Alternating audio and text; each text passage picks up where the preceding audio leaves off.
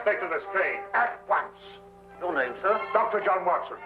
Is he expecting you, sir? In a way, I believe he is. Well, I'll tell him you're here, sir.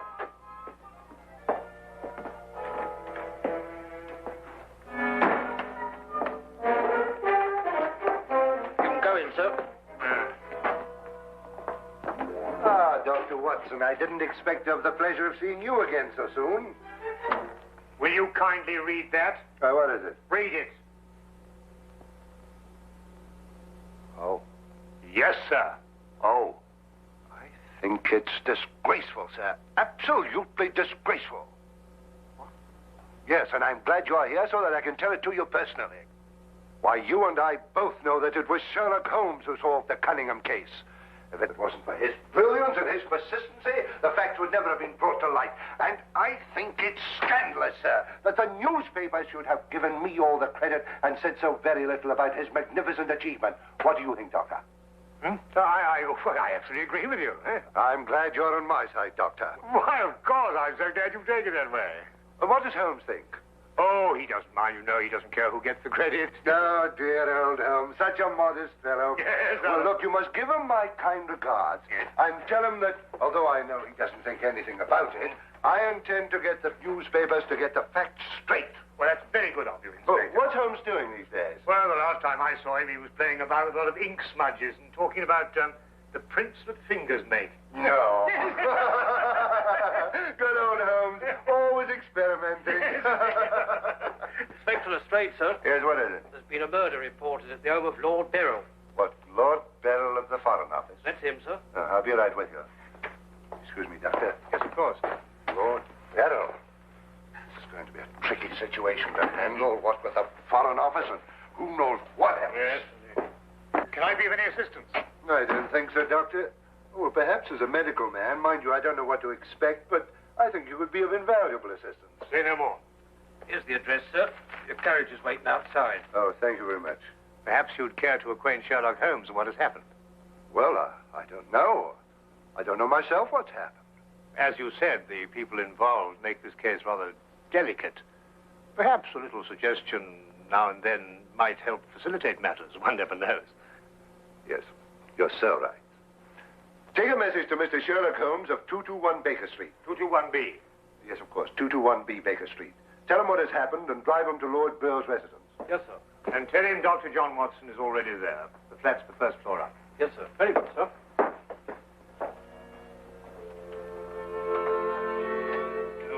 221B Baker Street.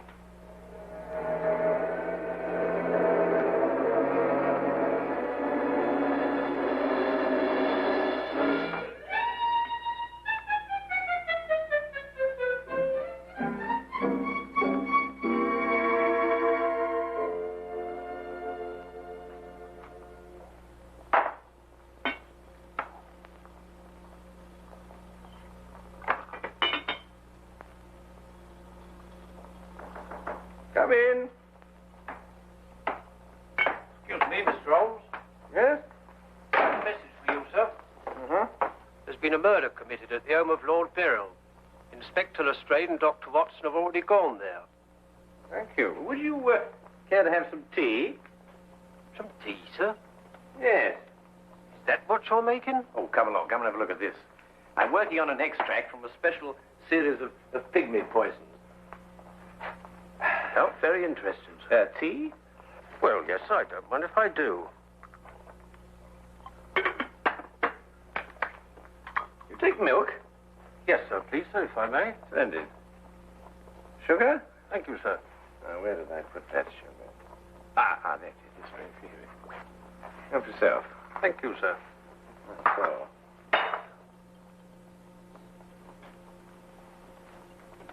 What's this you're doing here, sir? Well, I believe that certain poisons, if taken in the correct doses, can actually have beneficial rather than fatal effects. Now, that's very interesting, sir. Yes, it is, isn't it? And what's all this over here, sir? Oh, that? Oh, those are some tropical leaves. They were sent to me by a friend of mine who hunts in that part of the country. The essence, you see, passes through this tube, down here and across the table, and is condensed in that retort there.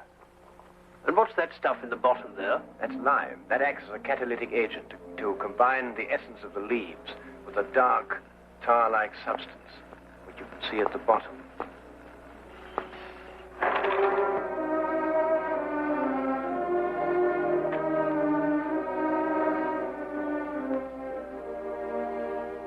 Inspector Lestrade, I demand to see my wife. You've kept me waiting half an hour, and now I should like an explanation. Of course, you're entitled to one, sir. You know that Karl Oberstein was murdered in your study. I was informed of that, and it is a tragedy, of course. But I still don't see that is... Lord Beryl, your wife has confessed to shooting him. What? That's why I couldn't allow you to see her. We were taking her statement. What does she say? Apart from the actual confession of murder, she refuses to say anything. You may go in now if you wish, Lord Beryl.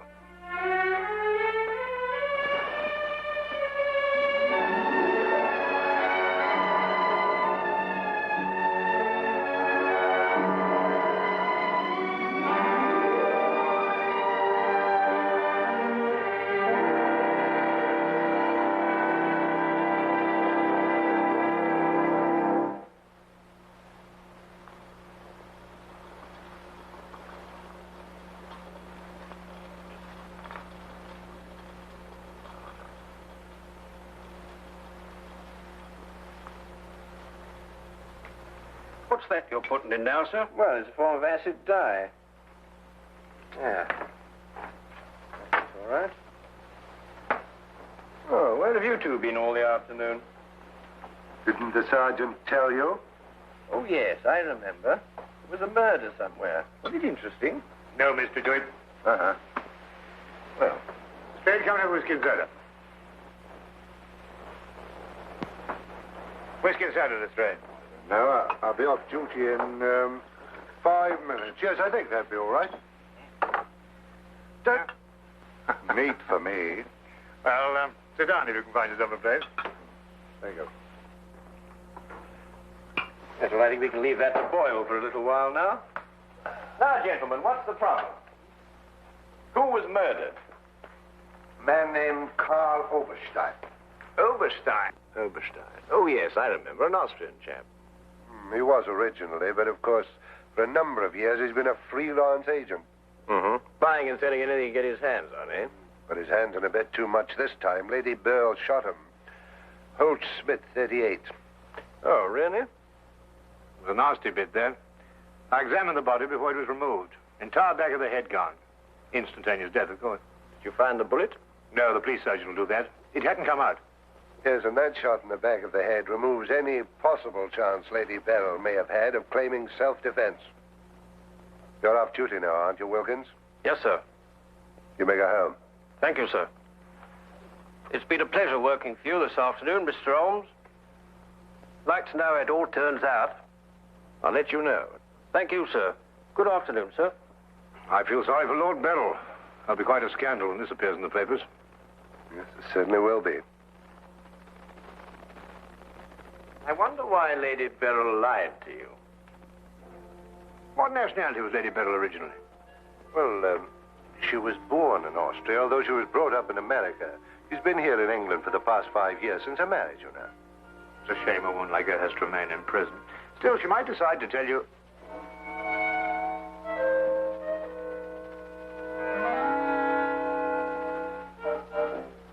What did you say? I beg your pardon? What did you say just now? I didn't say anything. Oh, yes, you did. You said, I wonder why Lady Beryl lied to you. Oh, that. Yes, what did you mean? Nothing, except, of course, that Lady Beryl didn't shoot this chap Oberstein at all. But she confessed to it. Nonsense. She didn't shoot Oberstein because Oberstein wasn't shot. His head was bashed in with a blunt instrument. The revolver you claim was the murder weapon actually belonged to Oberstein. She found it lying by his side and pretended she'd done it in order to shield her husband. She's no more guilty than you two are. Would you hold that like a good fellow, please? Would you please repeat that? Of course, it's as plain as a... Here, would you mind holding that? Oh, well, it's not plain to me. Well, you told me that Lady Beryl confessed to shooting Oberstein. But Oberstein wasn't shot. Just because you find a man with the back of his head shattered and a gun lying by his side is no reason to assume he's been shot. Thank you. You also assumed that the bullet had lodged in Oberstein's cranium because it hadn't emerged through the front. Now, any student of elementary ballistics knows that the greatest damage to the skull is on the opposite side to which the bullet entered. The point of entry is always clean. But the gun we found was an Austrian gun, and Lady Beryl is an Austrian. Now, there's a logical bit of reasoning for you. Would you mind holding that, please? Lady Beryl saw Oberstein lying there and jumped to the same conclusion we did. Well, Lady Beryl's innocent. Then somebody else is guilty. Brilliant. We've got to get back to the premises and re-examine them for clues. You come with us, Holmes. This nonsense can wait. Nonsense? Nonsense. Nonsense? Did you say nonsense? I'll have you know, Inspector Lestrade, that if the law enforcement agencies of this country were an infinitesimal amount more advanced than ancient Neolithic man, I would not have to be doing the basic research work that will in time benefit police bureaus throughout the earth. You may have a point, Mr. Holmes. Point. The only point is human, of which there is a paucity in the halls of our defense of the public. So do you really think? I certainly do think so. And I'll tell you a few other things.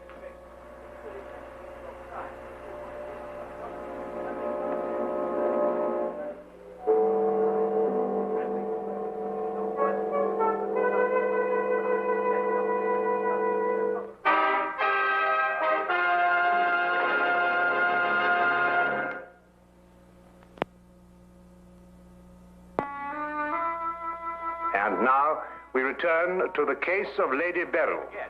It's to be dependent 90% on a good memory. Details, Lestrade. Those are the things. She's in here. Normally I'd detain her for confessing to a crime she didn't commit, but... Well, what with the Foreign Office and all that, I don't believe I will. No, Lestrade, you don't want to hold her. Much easier to solve the crime if she's out. Exactly. Inspector Lestrade.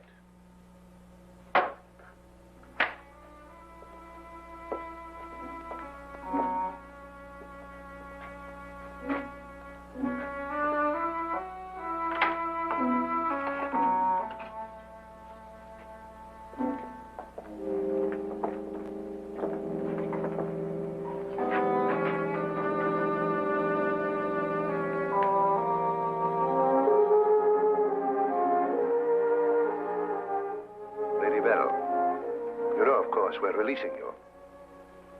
So I understand. Do you know why? No. We've been able to prove that you didn't commit this murder you confessed to. I see. We would, however, like an explanation as to why you confessed to this crime.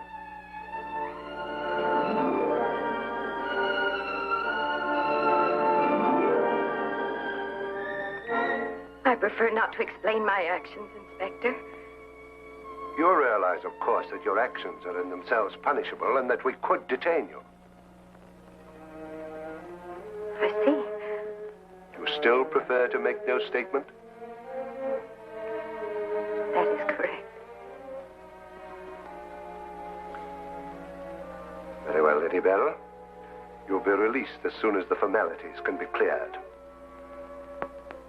Thank you. Human beings lie to gain, to cover, or to protect.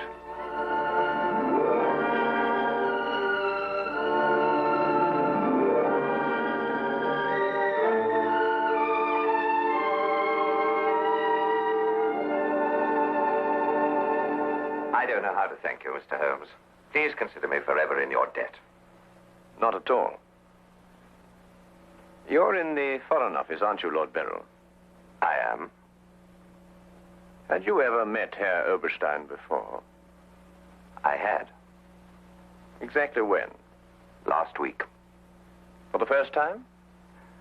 And the last time. I see. I believe it was his habit to offer large sums of money to men in key positions for the information they may have had in their possession. I believe that was his habit, Mr. Holmes. Thank you. Oh, Lord Beryl, while your wife is on her way here, I wonder if I might look at the premises of the crime. Well, of course, of course. It happened in the study. With your permission. My house is yours, sir. Thank you.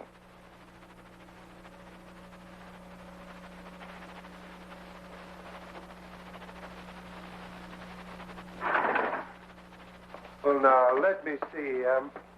Karl Oberstein was lying about there. Of course, it's been removed. Yes, of course. I see you've cleaned everything up with your usual remarkable efficiency, Lestrade. Now, look here, Holmes. I didn't know there was going to be any mystery about this affair. Oberstein's head was here, Holmes. His feet were there. Thank you, Watson.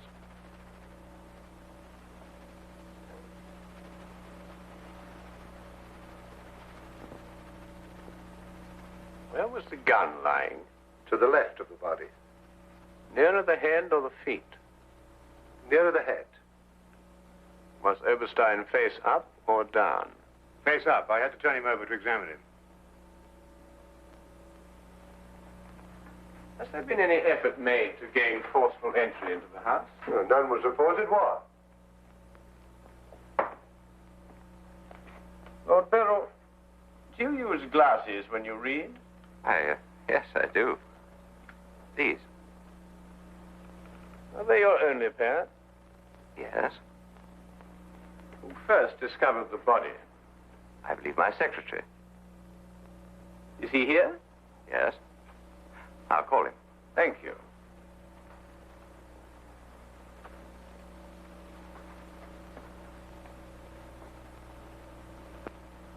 Lestrade, where was Lord Beryl at the time you estimated the crime was committed? He'd been at a meeting with high government officials all day. Oh, good. Why did you ask about the glasses, Holmes? It's because Lord Beryl wears glasses when he reads. But Lady Beryl confessed to a crime she didn't commit. What? This is my secretary, Mr. Ross. You met Inspector Lestrade and Dr. Watson. This gentleman is Mr. Sherlock Holmes. How do you do?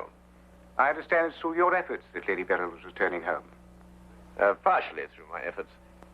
I wonder if I could impose upon you, Mr. Ross. Of course, sir. Would you mind taking these sheets of paper and roughly outline the position in which you discovered the body? Outline it in scraps of paper. If you would be so kind. Of course. What's the purpose of that? How many men have you on the premises, Lestrade? 2 outside. Why? Oh, good. I wonder if you'd mind taking them into the garden behind this window and making a thorough search of the premises for a radius of 30 feet. Looking for what? Anything that doesn't belong in a garden. Are you serious, Holmes? Completely.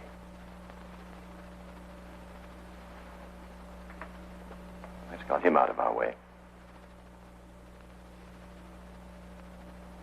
Have you examined your safe, Lord Beryl? I have, Mr. Holmes. All my papers are intact. Excellent. Does Mr. Ross have the combination to your safe? Yes? There's been no question of robbery. Of course not, Ross. One must ask these questions in an investigation. Of course. Good afternoon, Lady Beryl. Nina, my darling. How are you? I'm all right, George. Quite all right. You must rest. This experience must have been horrible for you. It's all right. It didn't last long enough to be too difficult. I don't know how, but Holmes has solved the entire thing. Has he really? Not entirely, Lady Beryl. Not yet. Do you expect to? I can only hope to.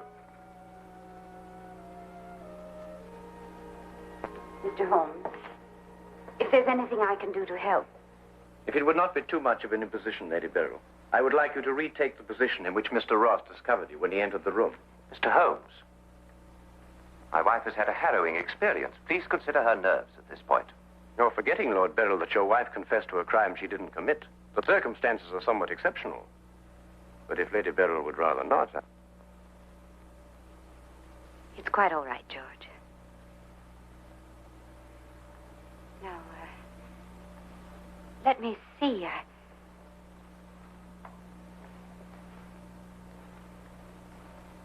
I was standing here.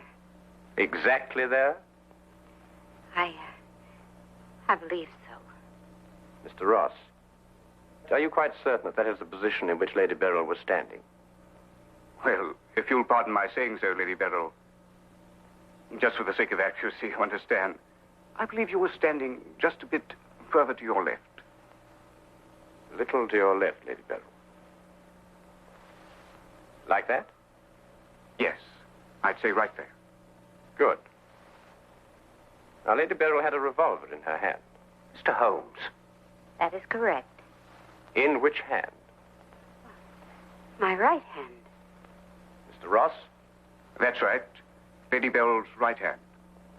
Lord Beryl, do you happen to have a revolver in the house? Yes, I have. May I have it? I'm not going to ask my wife to... Yes, I am. If your wife has no objection. Of course she has objections. I have no objections, Mr. Holmes.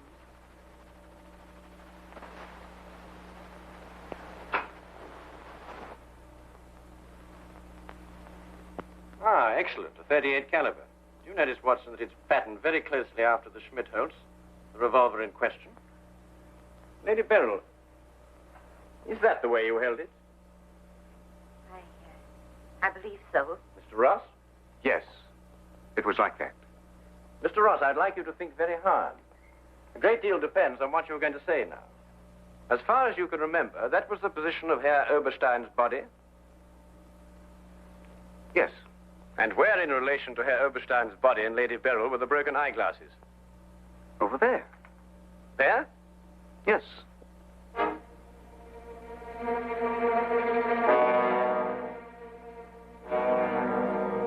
Watson, were there any glasses on the floor when you found the body?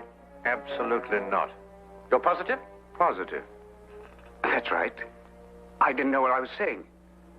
There were no glasses on the floor at all. There weren't any glasses on the floor when you found Lady Beryl bending over the body. But there were when you sent Herr Oberstein crashing to the ground.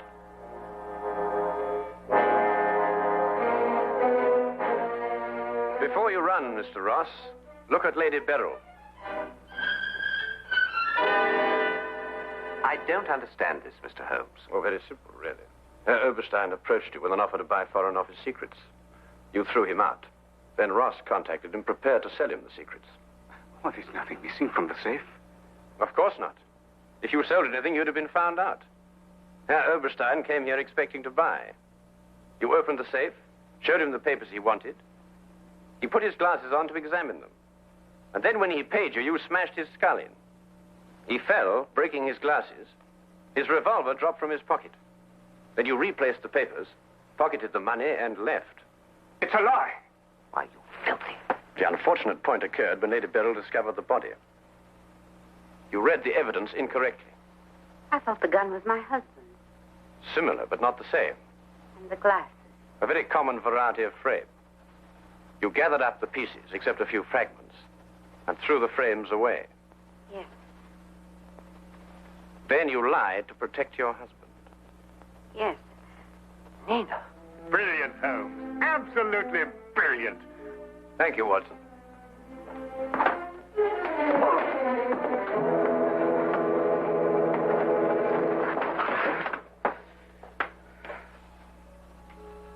My humble and very grateful thanks, Mr. Holmes. It's been a pleasure to help so brave and noble a woman. I'm still not quite certain what's happened, but I know we shall both be forever indebted to you.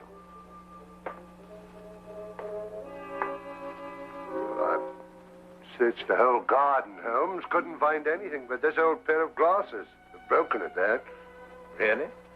Mr. Holmes has solved the entire case, Inspector. He has? How? By the little things, Lestrade. The little things that one must remember. The little things that make the difference between success and disaster. One must never forget that the difference between... Good heavens. What is it, Holmes? I left the gas on under the experiment. All Baker Street will be blown up. Holmes, I turned it off. Stay, hold that.